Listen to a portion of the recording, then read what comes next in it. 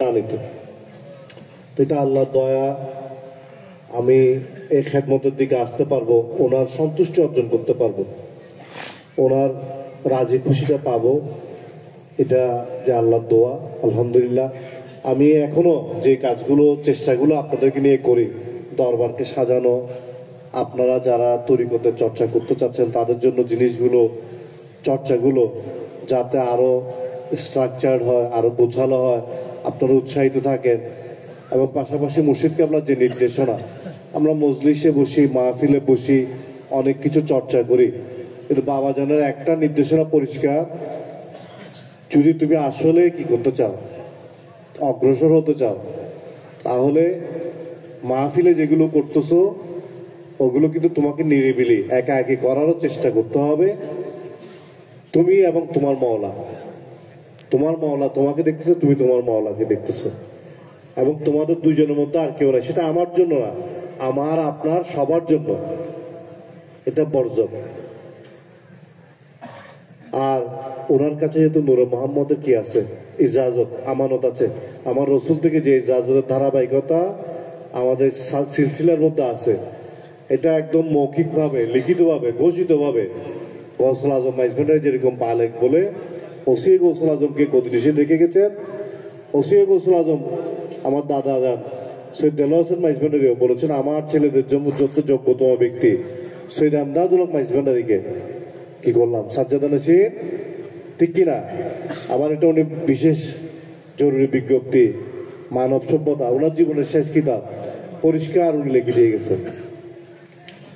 তো এখানে গিয়ে আমরা এই হাস্তি এটাকে যে পেয়েছে আজকে, অনেক কিছু নিয়ে মানুষ ব্যস্ত আছে, দুনিয়াদারি, ব্যবসা বা সঠিক ভুল, আমরা আর কিছু পারি না পারি, আমাদের তৃপ্তি একটা, যখন আমরা ওনার কাছে যাই, আমরা ব্যবসায় কতটা সফল, চাকরিতে কতটা সফল, আর অন্যদিকে কতটাকে সফল, সেটা আমরা অতটা নিজেদেরকে কি করতে পারি না, মূল্যায়ন করতে পারি না।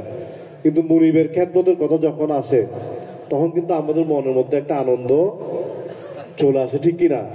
আজকেও চলে এসেছেন কি মনিবের ডাকে, মুর্শিদের ডাকে, যদি বাবাকে একটু দেখতে পাই, বাবার সঙ্গে যদি একটু বসতে পারি, ঠিক কিনা? আল্লাহ আমাদেরকে যে একটু নসিব করেছেন, ওনাকে আমাদের জন্য আবার সুস্থভাবে ফেরত দিয়েছেন। আল্লাহ বলেছেন, তোমরা যদি শুকরিয়া আদায় করো আমি তোমাদের জন্য নেয়ামত বাড়িয়ে দিব। আমরা চাই কি না মুর্শিদকে আপনার হায়াতের মধ্যে আল্লাহর বরকত দান করুক, এবং এটা কখন দিবে, যদি আমরা এই নেয়ামতের শুকরিয়া আদায় করি। আমরা যখন আবার পেয়েছি ওনাকে, পাওয়াটা শুধু জাগতিক না করে এটা রুহানি ভাবে আমাদেরকে কি করতে হবে, বাস্তবায়ন করতে হবে। আমরা যেটা তওবা করি, যেদিন আমরা বায়াত হই, আমরা কিছু ওয়াদা করেছি, ঠিক কিনা? আল্লাহ আল্লাহ রসুলের মাধ্যমে যেগুলো পাঠিয়েছে আমাদের কাছে, নামাজ, রোজা, হজ, যাকাত, আল্লাহ যেগুলো করতে বলেছে সেগুলো করব, আল্লাহ যেগুলো নিষেধ করেছে সেগুলো থেকে দূরে থাকবো, ঠিক কিনা? এটাও আদা করছি না আমরা সবাই। এবং আমাদের যে 4 লতিফা জিকির, লা ইলাহা ইল্লাল্লাহ, এটা করে নফস আম্মারা থেকে মুক্ত হয়ে আমরা আস্তে আস্তে আস্তে আস্তে আমরা অগ্রসর হওয়ার চেষ্টা করব, ঠিক কিনা? আমরা সাংগঠনিক কাজ করি, আঞ্জুমানের কাজ করি, ব্লাড ডোনেশন করি, বৃত্তি পরীক্ষা করি, হেফজুল কোরআন করি, পরিবেশের জন্য কাজ লাগে, অনেক অনেক কাজ বাবার পক্ষ থেকে যে কোনো কাজ আছে আমরা করি না।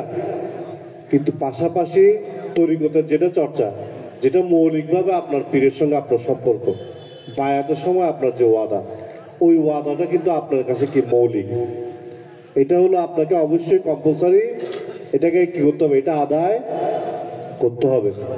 আর এটা আদায় না করে আপনি অন্যান্য সেবা করলে ওগুলো সওয়াব পাবেন, কিন্তু যেটা আপনি ওয়াদা করছেন সেটা আপনি কি করতে হবে, আগে বাস্তবায়ন।